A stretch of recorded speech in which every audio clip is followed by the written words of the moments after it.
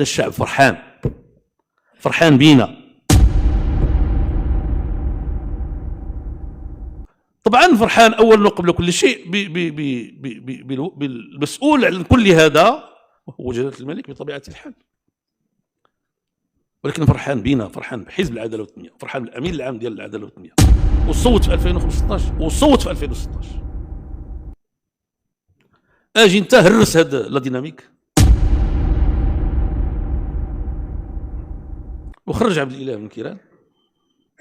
بون داروا ديك لا فورمول اللي كلنا قبلناها، نكذبوا على الله ما شاء الله، قبلناها وكنا مشينا فيها، كنا كنتحملوا مسؤوليتها، ولكن اللي ادات في الاخر ل 2021.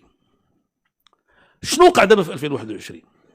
لو كانوا هاد الناس اللي كيدبروا بحال هاد الشيء هذا كينجحوا انا نهنيهم. بالمناسبه انا ما هنيتش اخ نوش ملي طلع،